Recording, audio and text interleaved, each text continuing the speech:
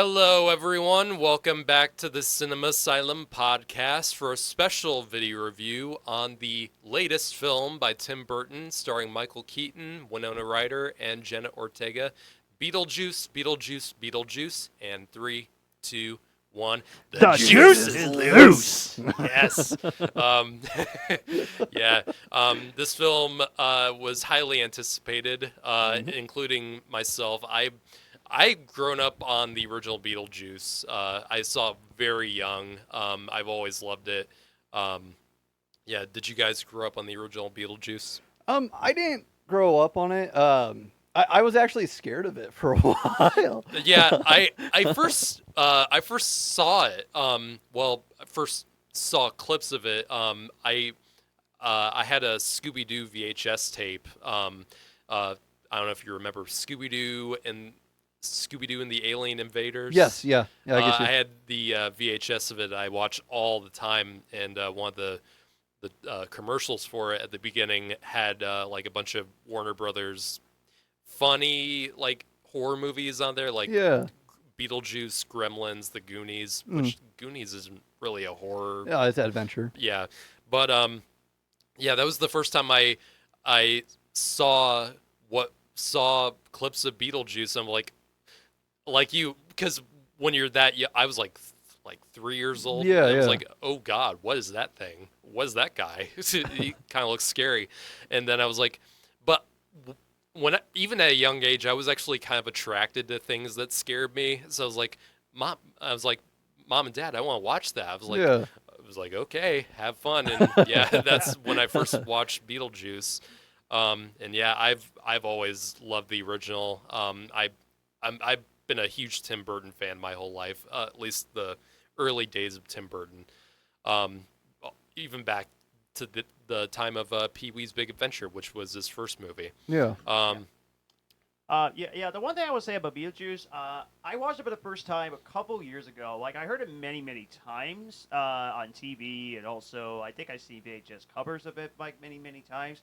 And I mean, this was the movie that Tim Burton actually thought that Mike Keaton would play a great Batman. And after seeing his performance in Beetlejuice, he thought, you know what, that would be a great character to play the Cape Crusader.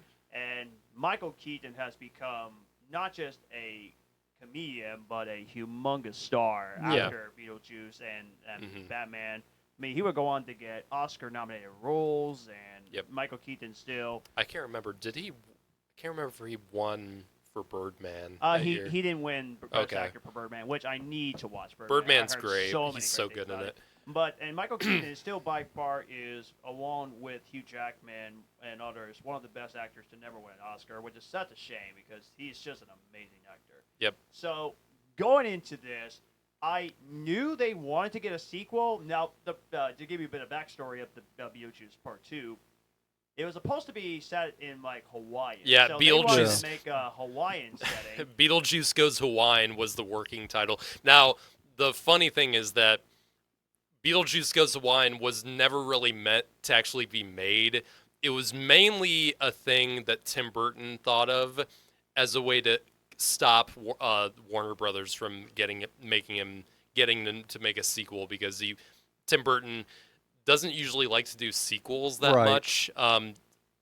In fact, the only sequels that I can think of are Batman Returns and is there any other like sequel that he's made? As far as I know, it's just Batman Returns. Yeah, I guess the Batman Returns and this are the only sequels he's directed, which is kind of funny. Let me double check that real fast. But Tim Burton, Tim Burton and Michael Keaton have both been talking about doing a second Beetlejuice for decades, and it just for some reason just couldn't get off the ground until a few years ago. And I think I recently read that the success of Wednesday and Jenna Ortega's like breakout stardom from that show was what kind of pushed Tim Burton and Michael Keaton to really get into the development process in Beetlejuice 2, and that's where it actually came into being, and they got it done, and now it is in theaters finally. So yeah, huge fan of Michael Keaton as this character. I mean, probably more than Batman, I'd say this is probably his best character performance. He's ever given. Yeah, yeah, no, I agree with that. I mean, my God, like when I was a kid, I didn't realize that both Batman and Beetlejuice were played by the same person. I mean, that just blew my mind when I first learned that. Like, it was just such a crazy thing to realize when you're that young. And that just goes to prove how versatile Michael Keaton is. Just how funny he can be. Jesus Christ, that dude can be funny as hell. But yeah, was super excited for this movie. Was super excited by the trailers for it and the fact that they were going into more of that handmade and practical look that made Tim Burton such a household icon and such an auteur.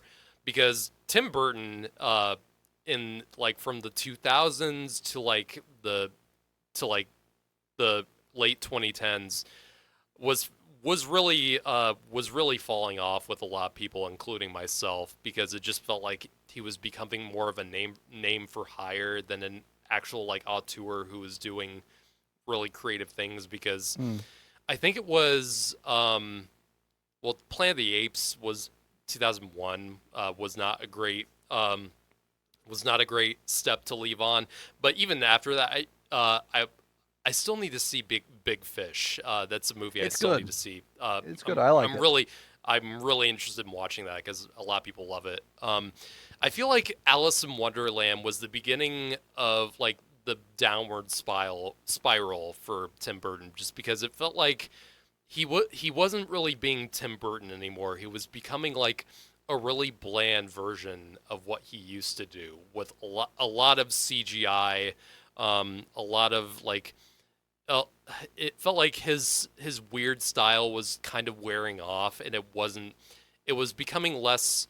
It was losing its charm, and he was becoming just because he did a lot of films for Disney during this time, including another Disney remake which was Dumbo, which, from what I understand, was a movie that kind of almost made him stop making movies because he just hated the process of it so much. There's something funny about that. Michael Keaton did say in a recent interview that he wished he gave a better performance, which personally... Dumbo, I heard, was awful. Well, I never watched it. I liked the remake. I actually liked it, but for some reason, I have not rewatched it since I seen it at the movie theater. I've heard it's not good at all. What happened when I did not rewatch it? That's what happened to me with The Flash, but I digressed. My 2 cents on the Dumbo movie is I did like it. That's good. It's not. It focuses way too much on the human characters. Yeah. And not so much on Dumbo herself. Or himself? I'm not entirely sure if Dumbo was a boy or a girl. Dumbo's a him, I think. Okay. Yeah, I think so too, yeah. But it doesn't focus enough on that. It's literally just about like this this horse wrangler circus performer's family. That's all it really is. It's not even really about Dumbo. And so that's kind of where it loses. And it was a Batman Returns reunion movie as well. I mean, even Danny DeVito. And that's the only thing that the circus thing, because that's something that Tim Burton's used a lot of his movies. He almost has a circus trilogy of Batman Returns, Big Fish, and Dumbo, which all feature Danny DeVito in that kind of role. About that. Tim, we need somebody with the top hat. I know exactly who to call. Yeah, exactly. True. But I never saw Dumbo, and a lot of people didn't because it did not do very well with critics or audiences, and it didn't make much money. Yeah. And that's the thing. Like, other than that circus thing, looking at Dumbo, I just don't see Tim Burton at all. No, from the look of it, like it just doesn't feel Tim Burton to me. It doesn't. No, admittedly, it doesn't. There are like a few like set pieces where you can see him shining through, but the rest of it is just like a corporate movie, basically. Yeah, and same thing with like Planet of the Apes too. Is like that's probably the least Tim Burton I see in any of his movies is Planet of the Apes. Agreed. The remake. It was like even as a kid, as a Tim Burton fan, I could always tell when they were by the same guy that Yeah. was Tim Burton. Like from Beetlejuice to Pee-wee's Big Adventure to Batman to some of his Edward Scissorhands. Like I could always tell that it was the same dude behind it. And then you watch something like Planet of the Apes, which I watched at a young age too, and was like, oh really? The same guy did all those, made that? I was like, I couldn't fucking tell. Yeah, it was complete shock. Yeah, so so going into this, I had that fear. Was like, okay, this could be Tim Burton's chance to get back into what he does best, which was get really creative, embrace that handmade feel with like stop motion and all that, and actual practical effects on set. And I also had that feeling was like he could probably just do the same thing that he's been doing for the past decade. It was like keep doing, like do it with less passion behind it. And honestly, coming out of this film with a few problems I have with it, I had a blast watching this movie in the theater. And overall, Tim Burton, I think, really did come back to play in this film, in my opinion. No, I fully agree. I completely see what you're saying there. Honestly, I should we just give are we just giving our general thoughts on Beetlejuice 2 right now? Okay. I think I completely agree with what you're saying. I think that both Tim Burton and why did his name completely vanish from my mind? Who are you thinking? Michael Keaton? Yes. Or... Yeah. I was just seeing the letter like K in my mind when I was trying to remember.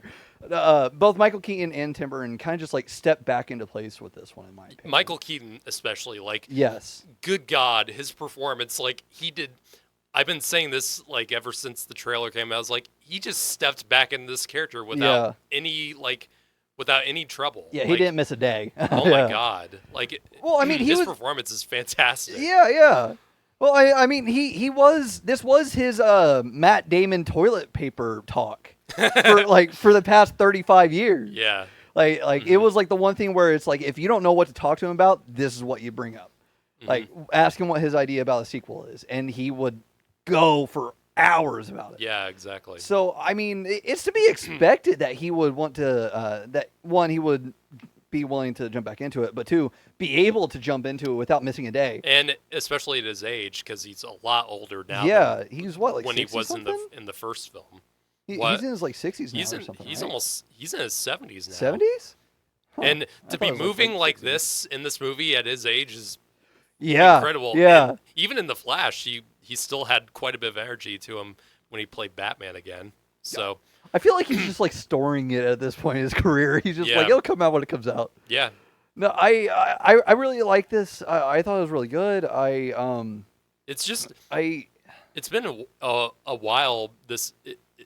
I don't think I've had other than Deadpool. It's been a while that I've had just a strictly fun comedy experience in a theater. And yeah, I think my audience had a great time watching this.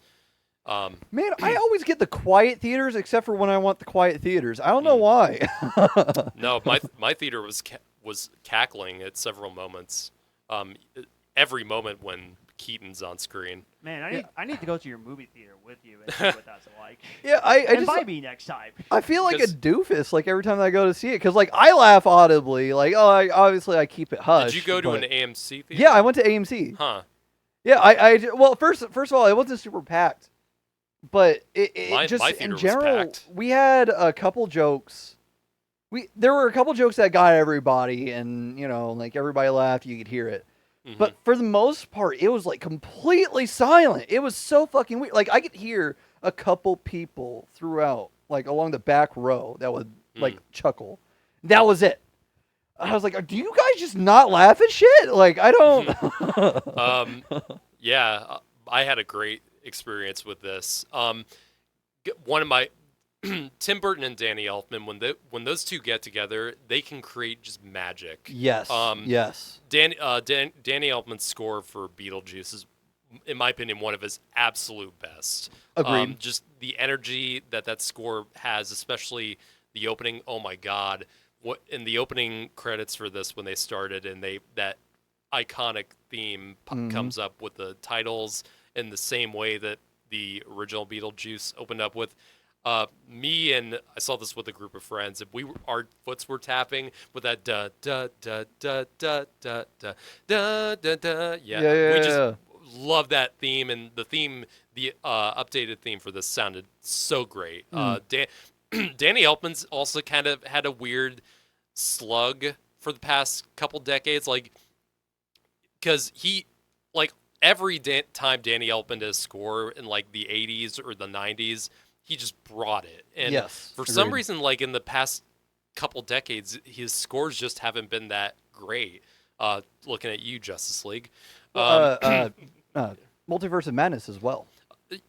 He was hardly recognizable there. Yeah, there's a few pretty good tracks in Multiverse of Madness, but not many. Like the music fight, the Bach versus Mozart one, I feel like is one where like his creativity came into play. Yeah. It wasn't loud and boisterous like what we're kind of talking about. But not many moments. Like, no, like that was kind of just it. Most of it was pretty just run of the mill. Yeah. And even when he did, he was also did the music, co-wrote some of the music for Age of Ultron, which compared to Alan Silvestri, that's part of the reason why I just don't like Age of Ultron that much compared to the other Avengers movies, is just because the music just isn't really there. And when Alan Silvestri does the music for Avengers, it just amplifies everything. Yeah. With Ultron, just the music just isn't really there for me. Yeah, it just doesn't really do a whole And the lot. musical score, for any film, I think is just so important.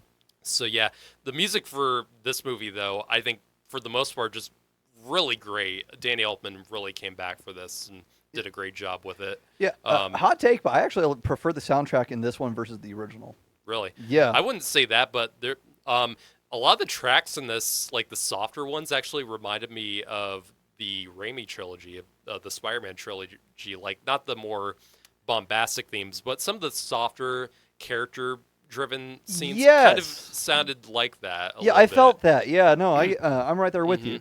Like especially when, we'll talk specifics later. Yeah. But like when they're like one of the attic scenes. Yeah. No, I get where you're coming from. Yeah. But yeah, I think my problems with the movie are what a lot of critics are saying, is that a lot of it just feels like it's a little bit too overstuffed with plot. Yes. A lot of it gets very little setup, and it feels like it gets wrapped up super quickly. And one of those plot points, for me anyway, that was the most distracting was Monica Bellucci, who I love Monica Bellucci and I love looking at her. Good God, but I feel like she didn't even really need to be in this movie. I don't think so. And maybe that's part of the point, like where maybe that's part of the thing, because I've seen a lot of comedies do this, where something gets a lot of attention in the setup and then it just gets wrapped up super quickly. I've seen that work in some comedies, like one of my favorites is Blues Brothers, where there's just so much shit happening and it just goes insane. Yeah. But for me, it didn't really work that way in this film. Some of it I just felt could have been wrapped up tightly, or some of it just could have been cut. It just felt like a lot of it didn't have like a bow on it, and that's kind of what it really needed. Yeah. And it's not like this has bad writers behind it. No. But this has the same writers of Wednesday behind it, who I know can do really great. Maybe I don't know. Maybe they thought they just had so many great ideas that they could put them all together, and for me anyway, just didn't really work that well. Yeah, it's hard for me to talk about that because I want to go into the specifics about it. Yeah. But no, I'm right there with you. I think like one comment that I would make is crap. It like just vanished from my head. I'm sorry. Well, we can go into it more in spoilers. Yeah. I mean, I guess I can go and get my thoughts on the sequel. Yeah, go for it. Yeah.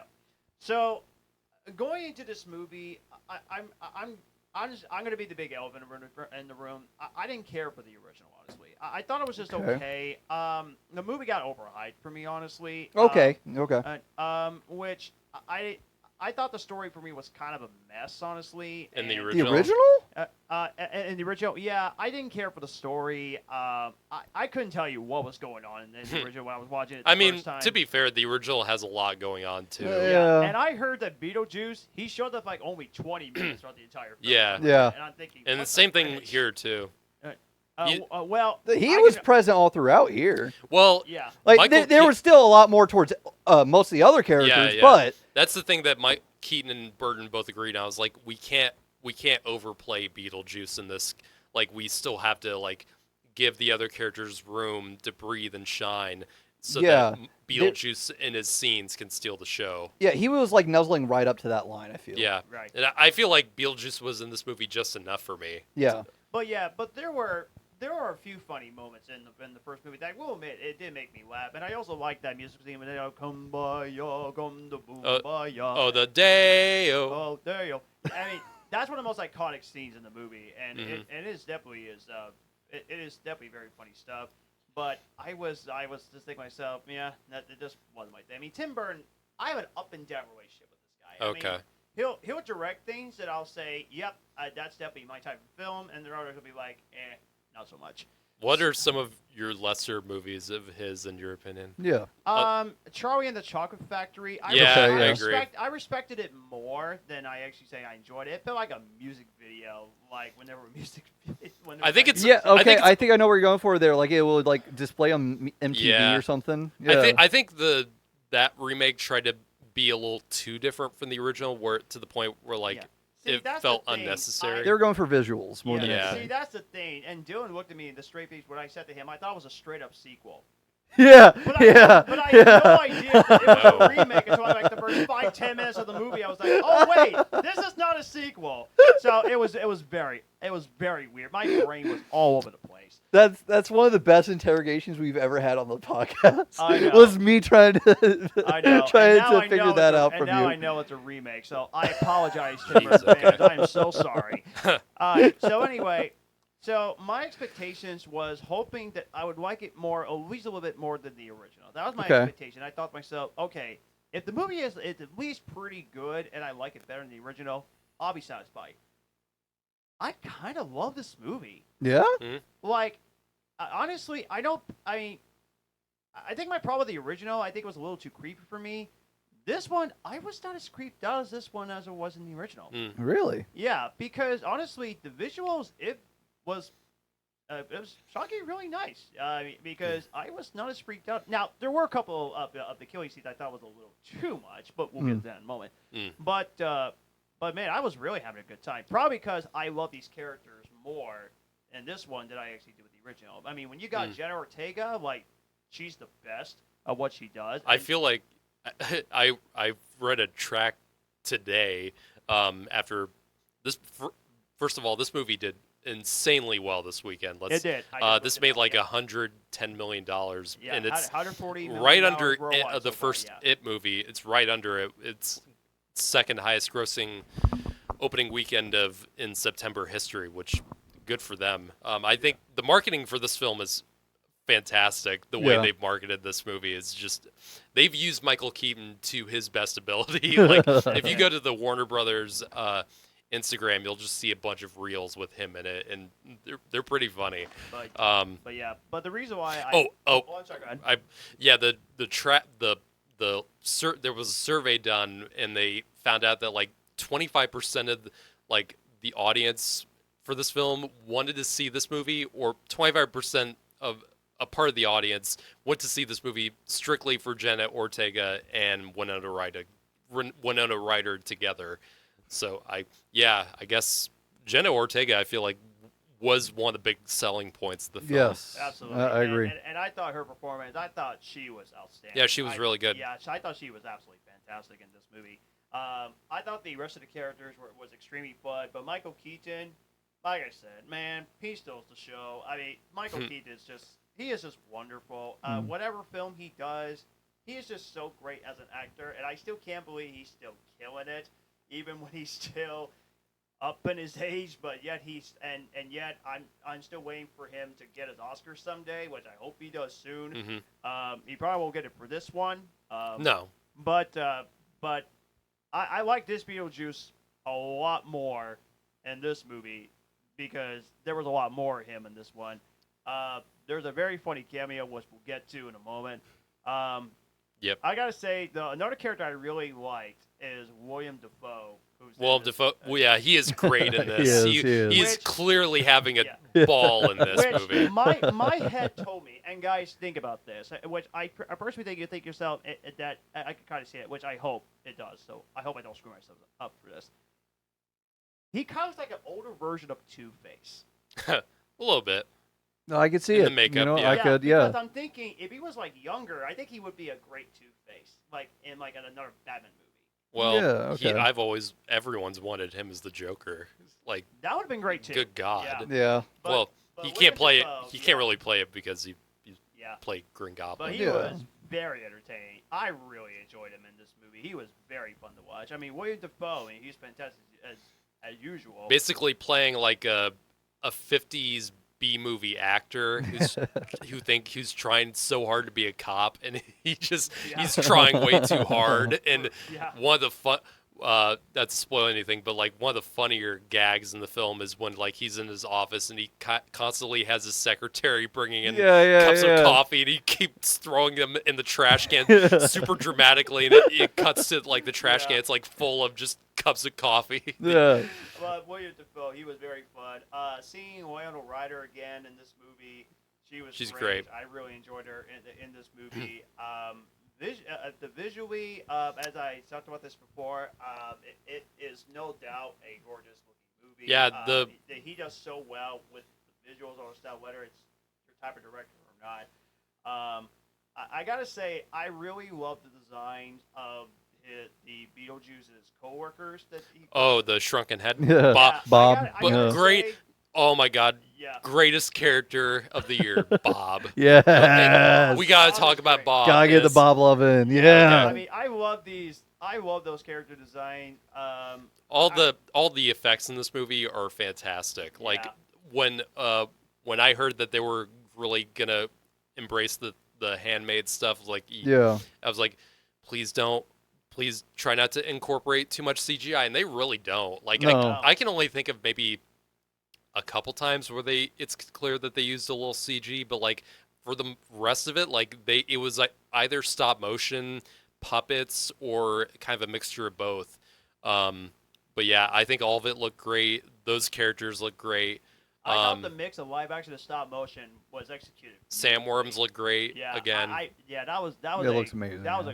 a great scene, and I know people would probably be a little bit freaked out by the stop motion snake. Oh God, in the original, I that was one of the freaked out by it surprisingly. in the which original- I was very surprised by that. in the original, one of the scariest parts of that original movie is the Beetlejuice snake. That when I was a Yeah. kid, that scared the shit out of me. No, okay, so okay, you just reminded me. That was something that I was going to mention earlier. You asked about if we grew up with it, and I said that like I was scared of it. The reason why I was scared of it was because of the fucking snake. Yeah. Because Understandable.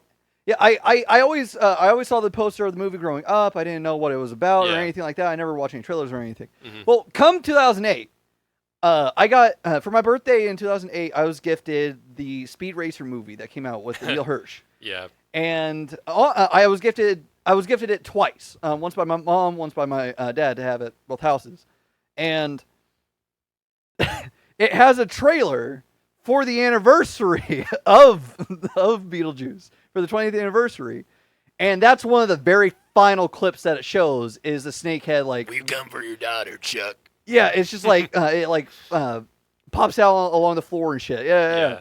It It's- scared the bejesus out of Tim me. Tim Burton's early movies have a lot of terrifying imagery. Like, Yes, yeah. Pee-wee's Big Adventure, the Large Marge scene. Oh my God, childhood nightmares Yeah. from that. Mars Attacks gets me really bad with the. Mars Attacks never scared me. Well, it was just more the idea of the separate body parts and like being dissected True, and shit like true. that. Like that's what got That me can be from freaky. that movie. It's the only reason why I refuse to refuse to rewatch it. Batman had a few scary moments for me. Oh, in the ending where the Joker's dead on the ground. Okay. That always creeped me out as a kid. Okay, I get you there, That yeah. always scared me. And This movie doesn't really have that. Now, this movie is more of a comedy than the original is, which I'm fine with. Yeah, same. I feel like Yeah. most people watch Beetlejuice for the comedic moments. Yeah, it's like a dark comedy. Yeah. Yeah, but it does have a few, which we'll talk about in the spoilers. This movie does have a few pretty creepy kill sequences. It does. But yeah. but yeah, But yeah, it didn't bother me that much, and we'll also get to the funny moments later that also got me laughing when we get to. there's a when lot. When we get to the third act, where there is like the climax. We'll get to that in a moment. but I was enjoying that one. I thought that was just hilarious. But yeah, I was pleasantly surprised that I enjoyed this movie because, like I said, this is what happens where I don't know what is happening to me. Every single time I said I like the sequel more than the original when I didn't care for the original. Like, I did the same thing with the Christmas Story. Now with this one, it's so weird. Oh, really? Yeah. He prefers the sequel. The newer Christmas Story. Yeah. I liked it. Yeah. Garrett, there's like I a don't full know. conversation my, that Okay. the humor Okay. is very different for me. I don't know why, because I always think I'm going to like these movies, but when I didn't like them, I always get to the point and say, well, that got overhyped. Even if So- now, you guys, I don't know if you guys, I know Matthew hasn't. You guys need to watch Gladiator for the new one that's coming out. Yeah, I'm going Even to, if yeah. Gladiator 2 is awful, like it's trash, I feel like you're still gonna say you liked it more than the original. I can see that. The Yeah. original is one of my favorite movies. So. What the thing is, and not to go off track, but the 2000, it was probably the weakest year of film because there were not a lot of great movies that came out in 2000. Like, sure, there was the Gladiators, Groove, which it was great. There was Dinosaur. There were dinosaurs. Castaway. You're gonna forget I Castaway. love Castaway. Castaway's amazing. I always thought But- that Castaway was and 2001. Gladiator. Which but, one? Best but Picture. I feel like the 90s have like the best decades of film, at least for me True. anyway. I But feel that you. but that's a story for another day. But overall, I surprisingly really enjoyed it, and I wouldn't mind rewatching the sequel again, like around Halloween time. So I surprisingly kind of loved it. Yeah, this is a perfect way to start off the Halloween season. Like this movie, true. there's so much Halloween stuff in this. Yeah, It literally takes I place really 3 days enjoyed it. before. Yeah. We'll get our overall scores later after we get to the spoilers. I'm gonna give my score now. Okay, just sure. To get it out of the Sure, way. go for it. Yeah, aside from my problem with the story and plot feeling rushed, and some things probably needing to be cut, I still had a really great time watching it. It gave me pretty much exactly what I wanted from a Beetlejuice sequel now. I feel like the cast and crew did a really great job coming back. It was nice seeing Tim Burton embrace what made him so great in the first place. This movie actually has color in it, which is something I haven't said for the past few Tim Burton movies since Alice in Wonderland. And I feel like, yeah, his thing is like black and white, but like I feel like he really, in his early days, really did such a great job with color choice. And I feel like he brought that back with this movie. So yeah, I had a really fun time watching it. It's not, I wouldn't say it's great, but I think it's a really enjoyable sequel, and it's a really fun Halloween movie in its own way. So I'm gonna give this out of 5 a 3.5. Okay. Yeah. Yeah. I think I gave the original probably a 6 out of 10, I think. The sequel, it got up to 9.5. Because I love the humor that much. I thought it was very funny. And also the visuals of Tim Burton. See, this is my type of movie that I like to see when it comes to Tim Burton. Not too much creepiness, just great visuals and a story that I'm interested in. And it worked for me. I enjoyed it. Oh, good. I'm actually not gonna give my review yet, or my rating yet. Okay. Yeah, Okay. Stick around for the rest of it. All Then right. you'll get mine. All right, so Work for going it. into- So let's this get is into the spoilers. spoiler warning for Beetlejuice in 3, 2, 1. Here we go. First off, but the first thing I want to bring up is how Jeffrey Jones is not in this movie, but he still kind of is. yeah. Now, if yeah. you don't know, Jeffrey Jones, who's played the Charles in the original, and Yeah, Dad. you might remember him as the principal from Ferris Bueller's Day Off. That's right. He yeah. if you didn't know, he's a I don't know if he's convicted, but he is a There's child at least been allegations. He's a child predator. Yes. And he's disgusting. Yeah. So he did not return for this movie, but he is still kind of in it. The character is anyway, and they show a flashback of him, and this was It's all like claymation. It's all claymation, which was great. I love claymation. That's an interesting way to have and that. What caught a lot of people off guard in the trailer was there was a shot of the plane going down into the ocean, and everyone thought it was like, oh, that's just terrible CG. I was like, I'm pretty sure that's stop motion. Yeah. It's like, and yeah, when you see it in the movie, it's obviously, it's claymation, and in my opinion, it looked great. I thought that did too. I love Tim Burton animation like that. I just like that. I think I got used to that. Yeah. I just like that it was a different kind of animation versus what was used on like Nightmare Before Christmas and Corpse Bride. It kind of looked like Frankenweenie a little bit to me, and how that was kind of done. I can see what you're going for with for there, because this kind of had a the Frankenweenie was a little more realistic in certain aspects of it. So I totally see where you're coming from there. I actually knew to expect something like this, and not so much because of the but not so much because of the stuff against him, but more just like I saw somebody talking about it on Twitter yesterday. I saw it last night at like 11 o'clock. But I saw something on Twitter earlier yesterday where people were like, "Oh yeah, I'm not going to go see it because of like this," or because they think he's in it. Yeah, they thought that he was going to be in it, and people were like, "You have to watch the movie. You have to see how they deal with this." So when it came around, I was like, "This it's really smart how they do it. It is like have him in it, but not have it be him. Yes, it's really smart. Well, I even come to credits afterwards because he still has we haven't explicitly said what happened to him.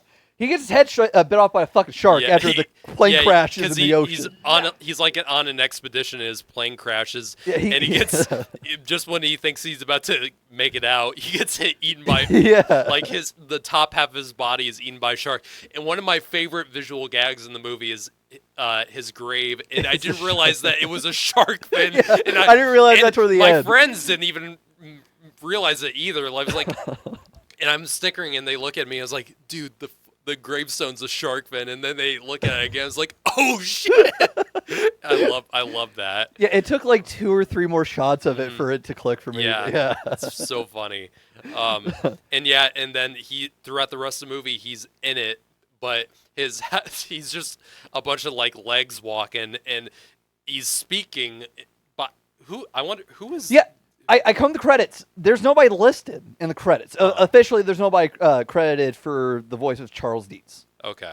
So I don't know exactly who it might have been. My guess would be Tim Burton himself. Maybe. It can be anyone, really. Yeah, because he's always like slipped himself into like the little niche areas of it and not been credited. Right. But no, the way that they handle that, and like the fact that that's what they did with this character for the rest of the fucking movie, was him just wandering around the underworld just like a tourist, was super hilarious. And I don't know if anyone else like at first I'm like, okay, it's cutting back to that thing a lot. I was like, and my brain didn't even process it really as him. I thought it was just another ghost or something. And then at the end when the mom, Catherine O'Hara, what's her name? When Catherine O'Hara goes back to the Soul Train. Yeah, I like the Soul Train bit a lot too. Soul Train. Yeah, and she goes to the Soul Train, and Charles is about to get on, and there's Catherine O'Hara sees and is like, Charles, and then my brain put it back together. It's like, oh, okay, that's him. I don't know if that was just me being stupid, but it caught me up. To be fair, she was stupider as a character. Yeah, because they were in the same fucking waiting room at the same time. Well, that character has always been kind of like just an egocentric idiot Yeah, since yeah, the original. yeah. And that's kind of been her thing. Catherine O'Hara is really great in this. She is. She has a She lot is. of great lines in this. I love Catherine O'Hara. Yeah, she's another one that really like brought it back with this. Yeah. Had so much fun in it. What else was I been? Let's talk about Bob. I poor love Bob. He was so great. Bob, he is. Bob was a good soul. He is the same one from the waiting room at the end of the first one, right? Maybe. I'm not sure. I feel like it is because I feel like that would be Beetlejuice's like first actual friend there. You know. And also, how did Beetlejuice?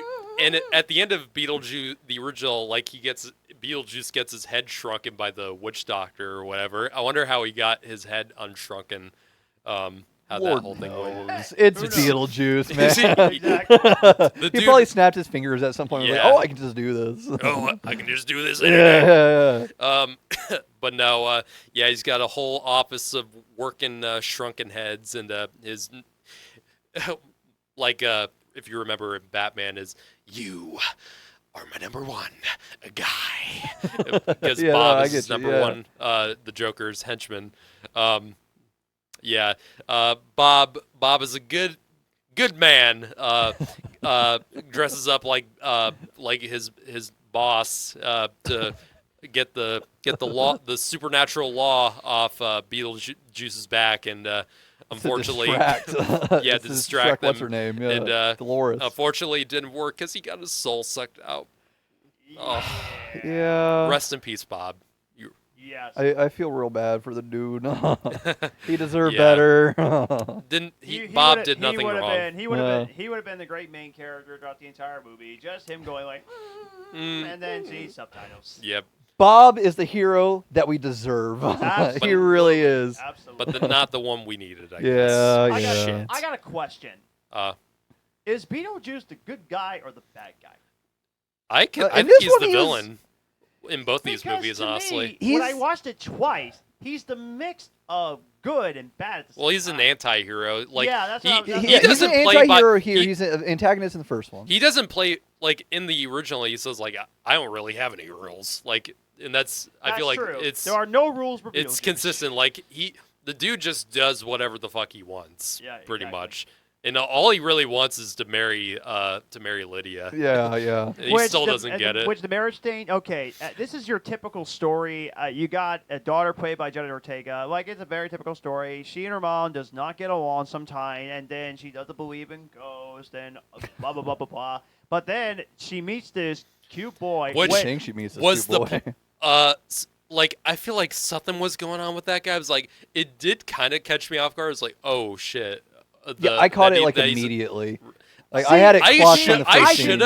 I should have caught that immediately because that's the thing with Tim Burton is like whenever there's like a somewhat normal person who's not like a total loser or a total outcast, like there's usually something off or seriously wrong with him. Yeah, and yeah. it turns out this teen that falls for Jenna Ortega is pretty Actually much a murderer. Yeah. Killed his family. And I should have caught that because the way they set up his family when they go into the house. It was Unfortunately, like, okay. I did not got that. I do want to say, too, I love the callback from the first movie when the children's choir was saying, hey, yo. Like, I love the callback of the funeral And that's scene. in the trailer, too. And may I say, the children's choir, children, you sang beautifully. Yeah, they did really well. Shout out love to that. Bern Gorman as the priest in this. Who Yes, Bern Gorman, that dude, whenever fun. he pops up and shit, I love him. Yeah, Torchwood. The entire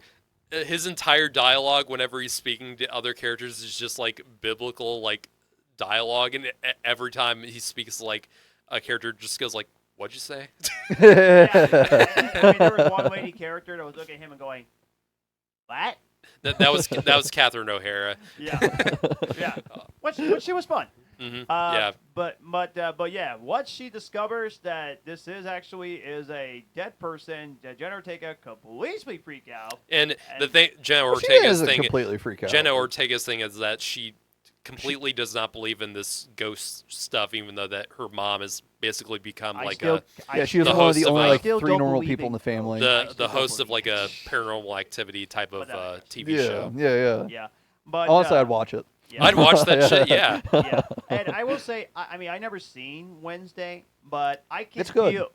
feel like the Addams Family Wednesday vibes. Oh, yeah, when I was totally. watching Yeah. the movie, and which I'm pretty sure that was their intention. Yeah. and I Yeah, appreciate definitely.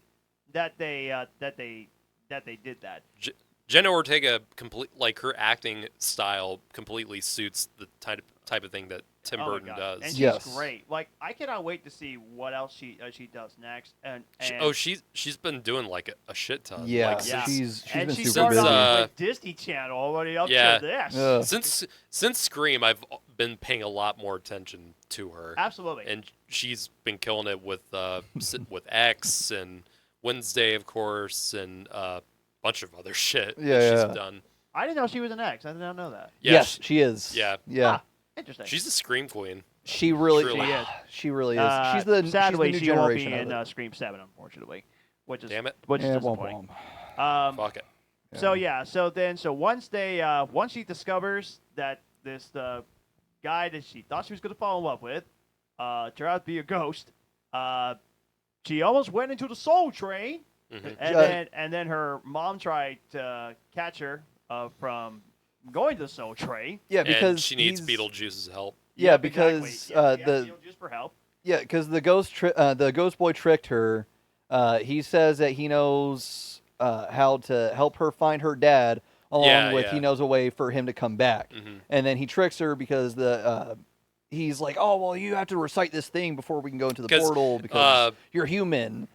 And it's actually a thing that allows him to take her place in the living world, where she would end up being forced onto the Soul Train. Yeah. So And it's like swapping. a clever bit of writing in the film is that when she goes up to his room and she sees the handbook for the Recently dead, deceased. recently deceased. I forgot that in the original that only appears to the dead. It Yeah. doesn't appear to the living. So I thought that was I thought that was actually very clever foreshadowing to what happens. Yeah, So- yeah. And it's also good payoff to what. It also leads up to a good payoff for Jenna Ortega's character in the climax too, at the marriage scene when she obviously is a very good reader and she reads that book and then she clearly read through the whole thing, and that's how they end up defeating Beetlejuice at the end. Yeah. So And then we got a great cameo of Danny DeVito, Yeah. which was very cool. Goddamn which foreigners. is another Batman Returns reunion, by the Mhm. way. Is he like Danny DeVito? He's almost like he's almost in Oh, every he- movie. He is Oh, in Tim he's Burton's pocket. Yeah, he's a favorite of Tim Burton. He's like Yeah, the Killing they're Murphy buddies. to They love Christopher each other. Nolan. Yeah. Hmm. Yeah. Yeah. Danny DeVito and Tim Burton, they're made for each other. Mhm. But Danny DeVito has directed a lot of movies and directed a lot of really great that's movies, true, that's true. including Matilda. Yeah, you can definitely tell that in his directing style, he took a lot of inspiration from Tim Burton, Yes, agreed. and the other way around, Tim Burton taking from DeVito's directing style. Yeah. So then we get into the moment where they actually they finally got to see her dad, which, by the way, her dad was pretty funny in the movie. He's got piranha fishes all over. yeah, him, yeah, Yeah. yeah. Which it was very clever. That's the type of visual I also really like. It's something that can make me laugh, and that was very clever visual. Mm. But he also was a very sweet guy. You know? Yeah, He's there's very- a really nice scene between the three. absolutely. Lydia, what's Jenna Ortega's name again? Astrid. Yes. Astrid. Thank you. And yeah, there's a nice scene between the three of them, and we have to talk about the F-bomb in the movie when the murderer kid gets his comeuppance and Oh yeah, that one. It's one of my he tries favorite to line get deliveries. he tries to get his thing stamped so he could go to the. He's trying to go to the great beyond, isn't he? No, the Or- kid is trying to go back to the real Yeah, world. yeah. He's Yeah. trying to go back to the real world. And he has to to get that get- stamp in order to make the And then- transfer Stamp on the permanent. paper. And Yeah. then then it gets revealed that it says shit out of luck. Yeah. Beetlejuice did it. He's like, "See ya, fucker," and sends him right into hell. right Yeah. to hell. And I thought to myself, okay, that's awesome. Now I thought the trailer, because in the trailer there's a part where like Beetlejuice turns to the cameras like, "What the?" And then it bleeps him out. I was like, I thought that was gonna be, I thought that was gonna be the F-bomb in the movie, and it wasn't. It's still in the movie itself bleeps out the Yeah.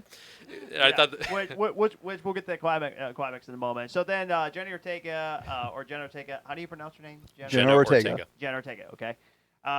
She and her mom made up, which was a really nice moment. But then when we get to the climax, that's where the fun begins. Yep. So then we get to this climax of the wedding in the church. And yeah, Beetlejuice had Lydia sign the contract that she will marry him. Yeah. And then we get ourselves a sequence which I thought was fabulous. Yeah. Which was the musical I got a sequence. kick out of it. I love the Wait, musical actually, scenes in Beetlejuice- this. Now, what They're so song- good. I wasn't familiar with the song. Was this like an original song for the movie? No, I don't believe so. No. What I what think it's- song? I'm not entirely sure I'm what gonna song look it is up. because I didn't recognize it either. Now- but just like the overall quality of it, it's He not. actually did. This actually is not his real singing voice. He actually sang twice. He did one where Beetlejuice Wherever you are, that was that so was one of my funny. favorite Yeah. gags when he's on the model, he's strumming away. Yeah. But then when we get into that musical sequence where all the actors are like dancing and like doing It's their kind of rendition of the Deo scene from the Yeah. original. Which personally for me, I like this more than the original. It goes did. longer. This one's Yeah. bigger and has more And production I was to it. smiling Yeah. through the entire movie because it was just so funny. At the same time, though, I was thinking to myself, you know what? I think she What is the Beetlejuice would song? make a great couple, but that I digress. I'm not gonna lie. I kind of wanted Lydia and Beetlejuice to actually get together in this one. I'd be curious. I know, like in the original, there's that age gap, and today especially that wouldn't fly. But and there's still an age gap because he's like centuries what do you got, old. Dyllan? So I believe that the song is called MacArthur Park. It was released in 1968. Oh, wait a minute. I have heard about this. Okay. Who's the artist? Richard Harris. Okay, I have heard about this. It's like a 7-minute long song or something. Yeah, and that fully lines up. Transform It's it down 7 minutes, to, 26 seconds. The 1 second there.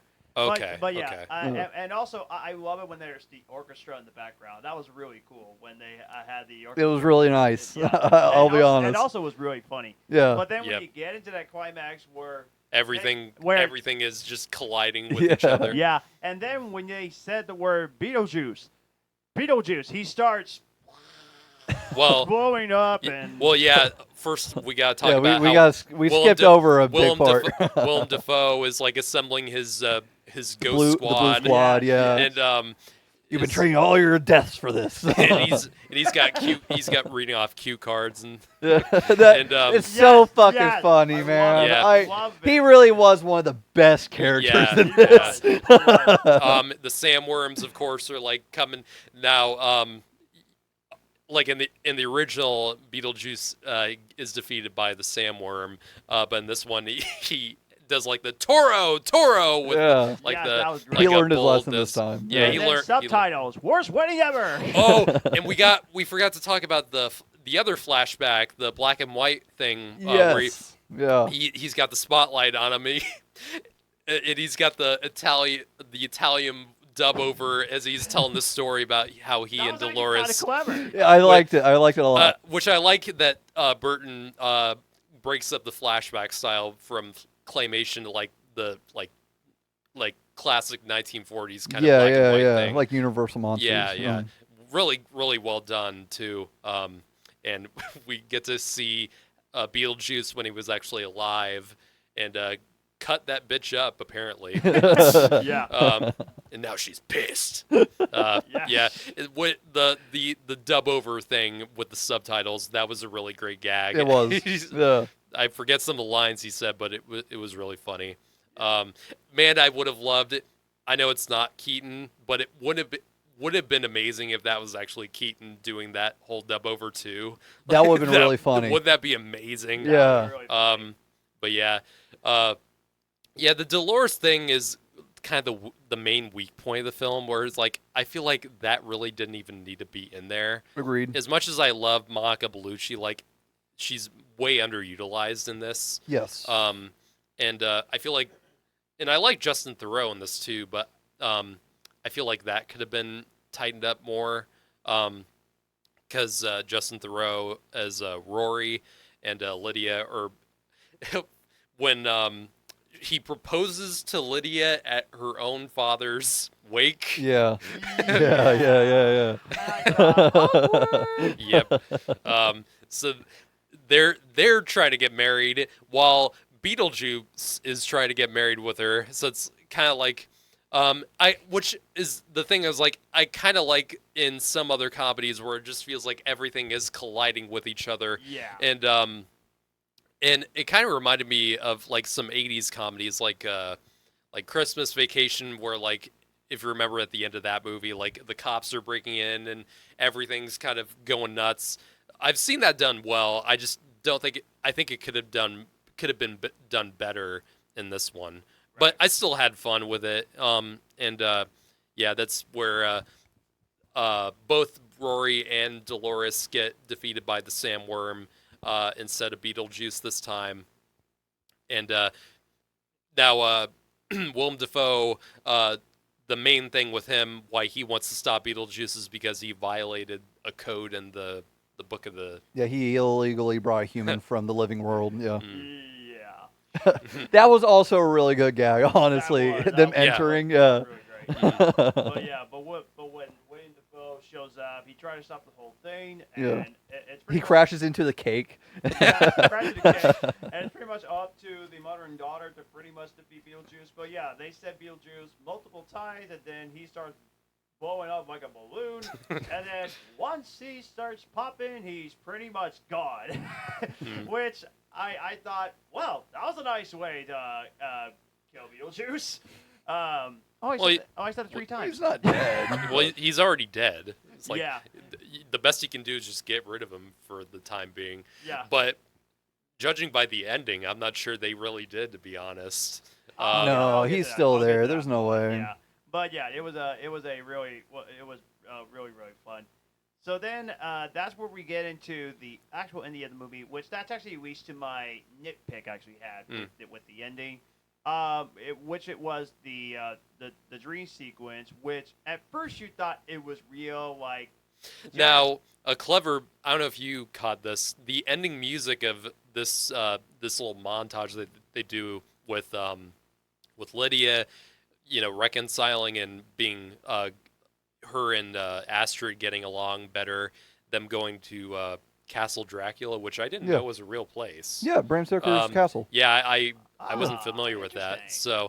So Astrid getting married, having a kid. I don't know if you realize this. That was the main musical theme from the original Carrie. Yeah. Yeah, you caught No, that. no, Okay. I caught it. Yeah. Now I caught that and was like, something. They're gonna do something with this. This is gonna get really dark, really, really quickly. Yeah. And it does, and it's a payoff to an earlier gag with the film where Rory and Lydia go to say the Beetlejuice 3 times, and we get introduced to what's gonna definitely be a new toy or new kind of like set decoration prop from this movie, Baby Beetlejuice. Yeah, it's been fan made at this point. I guarantee it. There's Yeah. absolutely going to be official versions. Yeah, absolutely. That's what I was gonna get. It's gonna be a Spirit Halloween favorite. Yeah, because they do have those living dead babies. Yeah. They're really fucking weird. Yeah, I think that they really do weird reissues. looking. See, Yeah. that's what I was gonna get. It's both really cute and really unsettling at It's the same super time. macabre. That baby. Yeah. That's what I was gonna get. That's what I was gonna get into when they get into the dream sequence where Jenny Ortega's character gets pregnant. Don't ask me if that's and then- actually real. And then It's all, probably and then it's all of a not. sudden, I'm sure. there's baby Beetlejuice. This was my reaction. I was going, huh? What? And then all of a sudden, boom! The movie ends after Beetlejuice is in bed with the Winona Ryder's character. And I was like, well, that was a weird ending. Well, Beetlejuice is haunting her throughout the movie, especially Yeah. at the beginning. Now, and what I kind of like the line where when Lydia brings him back to help her, he's just like, "You've been stalking me for years and years," and it's like, "Oh yeah, I guess in ghost terms, he is actually kind of stalking her. He just keeps popping up." But yeah, I like to think that the two of them actually did really in spirit terms actually did get married, and they're actually living together. I don't know. Yeah. I'm not sure what the ending exactly means, but it's something. Yeah. I think that it's just he's still haunting her. I think that it leaves it open ended for a third one. Yeah. Where I think that the third one would be like the final exorcism of Beetlejuice. Which honestly, I don't know what you could do with a third movie. Like, where can I'm you not go sure from either. there if you actually do a third movie? Follow through on the Hawaii aspect. You know what? I mean, like, if the balls to the wall, man. Let's you know what? If go. the third movie does go to Hawaii, I will watch it. If it doesn't, I think it could. I will be optimistic and say I hope it's as good as the second one. So Yeah. if there is gonna be a third movie, we'll see. Yeah. I'm sure that there will be talks about a third one being made, especially with how well this one is doing. So we'll see with that. But I think that's. but this is where Dyllan, you give out your score for the movie. Can we talk about how for a PG-13 movie, this has a lot of blood? Yeah. There's a lot of I was gonna say- legit blood in this. I was gonna say, okay, the original Beetlejuice. How in the world did it get a PG rating? That I will never understand because it should have been a lot of PG-13. Well, it Jaws. was in the Jaws 80s. is PG. Yeah, Ghostbusters It's very is tame, PG, though, but compared to Ghostbusters has a ghost Beetlejuice, blowjob in honestly. it. So Wait, what is? Jaws. Like, No, it's not. I watched Jaws for the first time and I loved it, and I was not as scared as a lot of people. Are you said. kidding me? That's why I loved bitten the movie. off leg and like the dead body in the water. Jesus. It didn't bother me that much. And I mean, just for I think Jaws is still, to this day at my age, is still a terrifying movie. And for the fact that the Raiders of the Lost Ark with that scene at the end with the faces melting, that's PG. That would today in this condition, that would be rated R. That would make that rated R. that scene didn't bother me that much either. Really? Like I said, Okay. it happens. But yeah, I didn't know there was anything else you want to say before Dyllan give out the score. Yeah, I I had was a just couple talking about the things, blood. but- Like, yeah, there's deep red, vibrant blood. Like when the baby is like eating the nurses at the end. It's like, Yeah. It's like the good blood God. spurt Yeah. that went up. Yeah. Like, That this was is a one of my, bloody. that This was is a one of my bloody movie. That was one of my And nitpicks on even that one. especially when Dolores is sucking the souls out of people, like just turning them in like Yeah, they like shrivel up into shriveled up. themselves. Their eyeballs pop. yeah. Super cool. And it's probably just me, but I think the chicken kill was probably a little too much. Oh, when they're when they're getting flashback, married. when they're eating the heads Like, that off was chickens. just Yeah. I don't think so. Eh. But like I said, I'm sure PETA's having a problem with it. Oh yeah, big time, big time. They're making a did shitty you guys, video game Did you guys on it right see? now. There was when Twisters came out.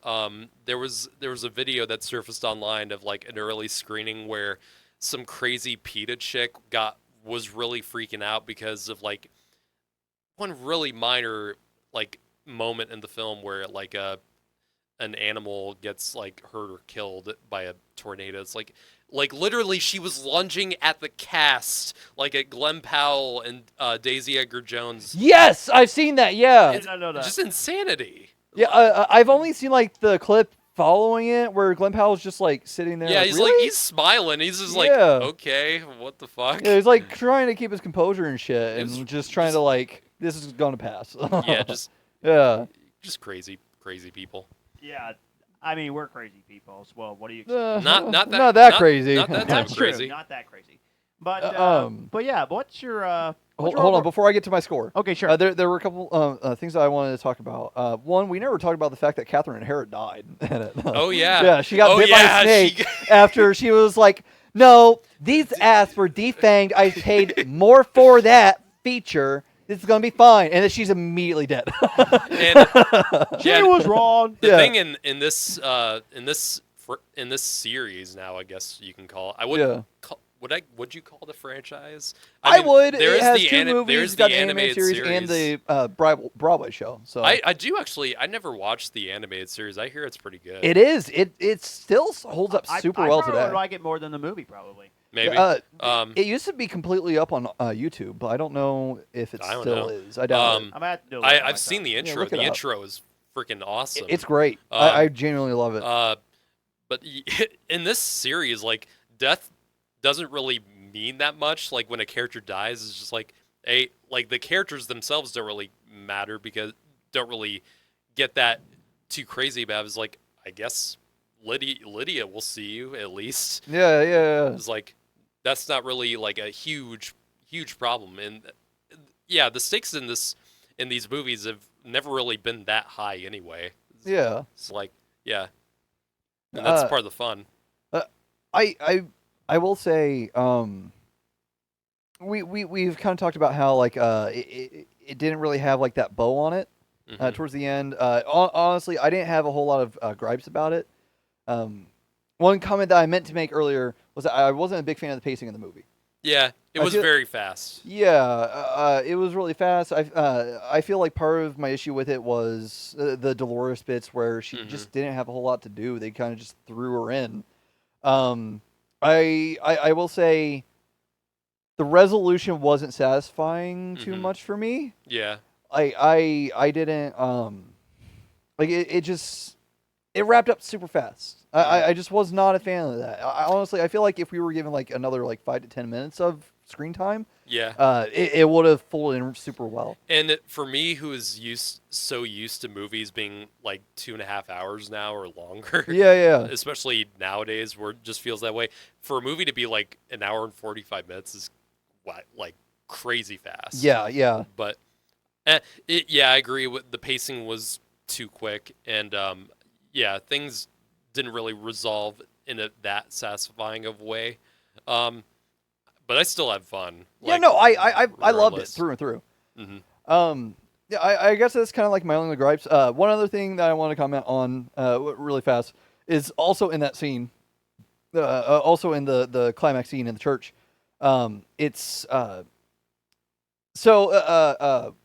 We mentioned earlier about how Justin Theroux's character is Lydia's boyfriend, proposes, they're going to get married.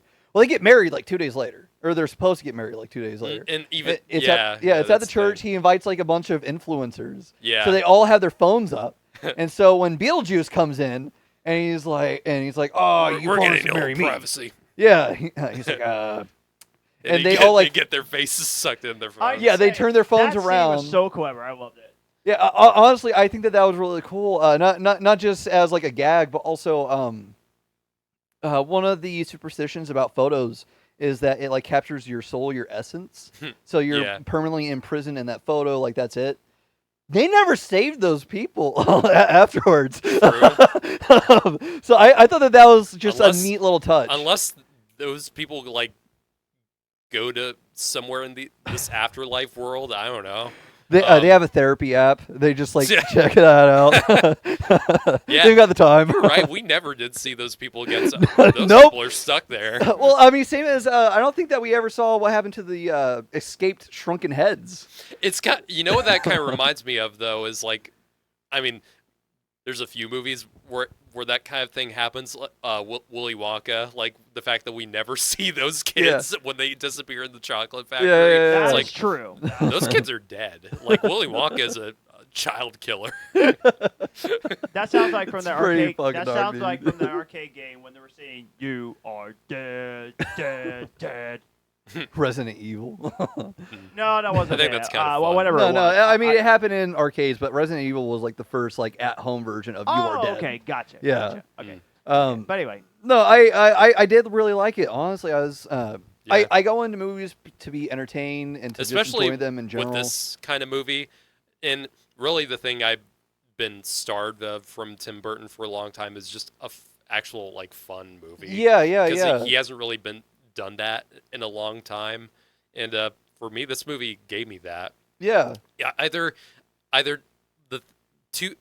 want either two things. Tim Burton is usually giving me one of two things: either a movie that's really just super goofy and fun, like Beetlejuice or Pee-wee's Big Adventure, or something that can be really dark and atmospheric, like Sleepy Hollow Yeah, yeah. or Sweeney Todd, which I love both of those kinds of styles of movies that he's done. Yeah, I same. love, yeah, I love Sweeney Todd. I love Pee-wee's Big Adventure for different reasons.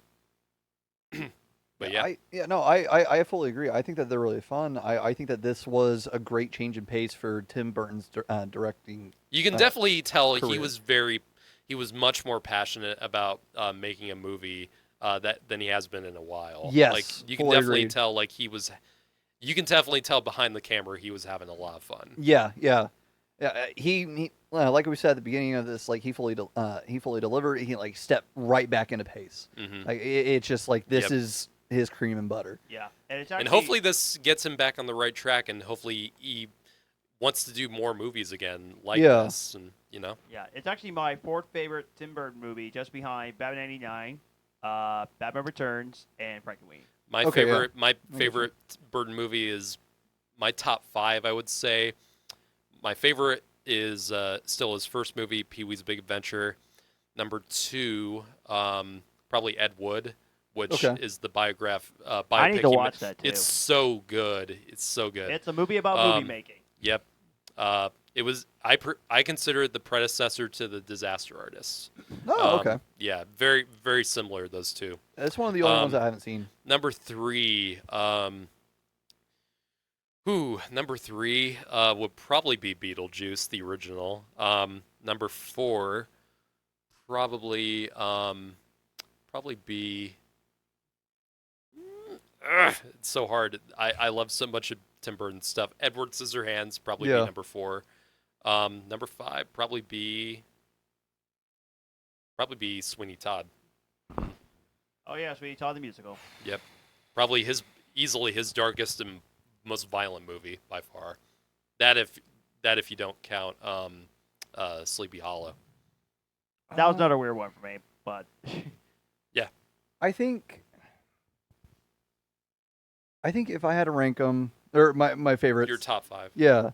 I think that if I had to, I would do one being Corpse Bride. I'm not going to say Nightmare Before Christmas because he didn't direct it. that. Yeah, he just inspired it and did a little Even though his production work. name is all over it. Yeah. Yeah, Totally him. Tim Burton's. Yeah. Love Henry Selick. Coraline's great. Absolutely.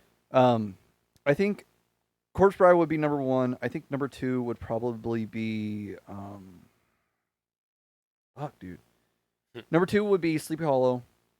Number 3 would be Beetlejuice. Number 4 is Edward Scissorhands. Number 5, Sweeney Todd. Oh wow. I'm same boat as Garrett. I fucking love it. It's Yeah. so good. And I'd say that he's made exactly 20 films now. Like I believe yep, Yeah. exactly. I would say this is in top 10. Beetlejuice. Yes, Beetlejuice agreed. 2. Yeah. Definitely the best thing he's made in quite a bit. Yeah, this would probably be like 6 or 7 for me. Yeah. Yeah. Yeah. So for Beetlejuice, is your score of the movie sort of the same as mine, where I gave a 9.5, or? I think that if the first movie was a 9 out of 10, this would be an 8 or an 8.5 for me. Okay. Because I really enjoyed it. I really liked it. Like my couple issues aside, Right. I think that there was a lot to this that just absolutely works. Yeah. The set design was amazing. The character design was brilliant. I like we've been talking a lot about the gags in it, and the gags really help make the movie what it's hilarious. Yeah, it's just a really, really solid movie. I still think that the original one is better. I still like that one more. So that's the reason why it's about half star to a star down.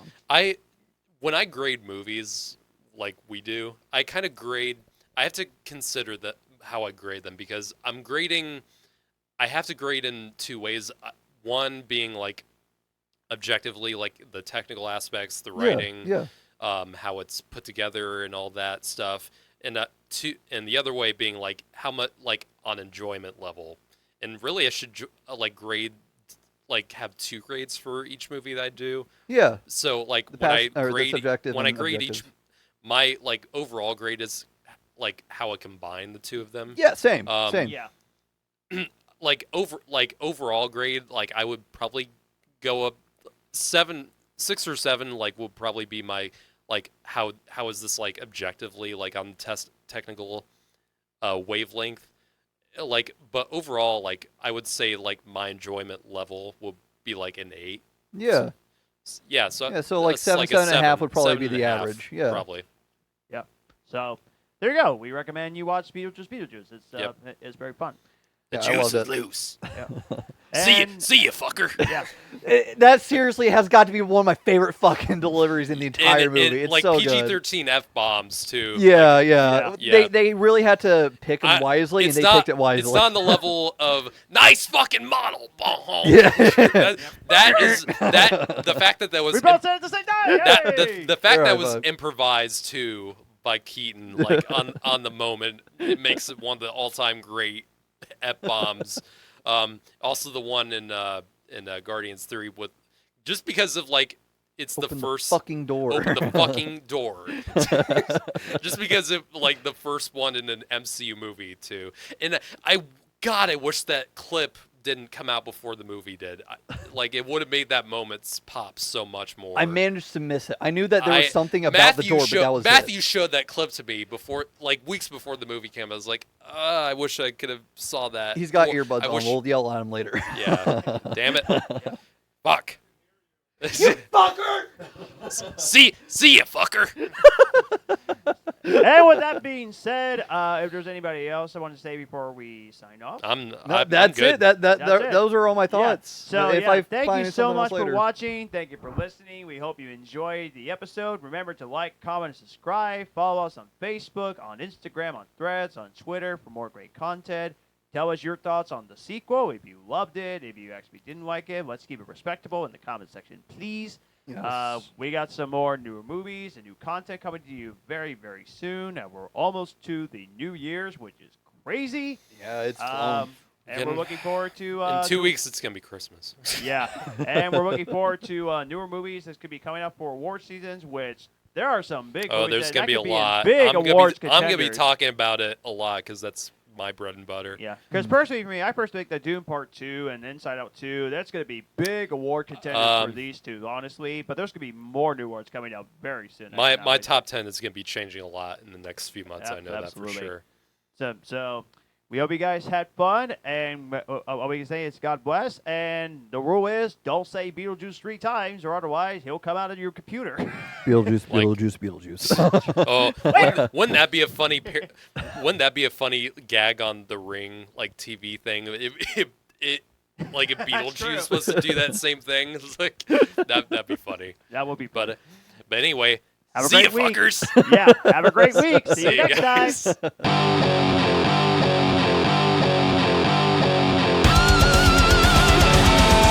We have been the Cinema Asylum Podcast. You guys were awesome. Thanks for coming out. Good night.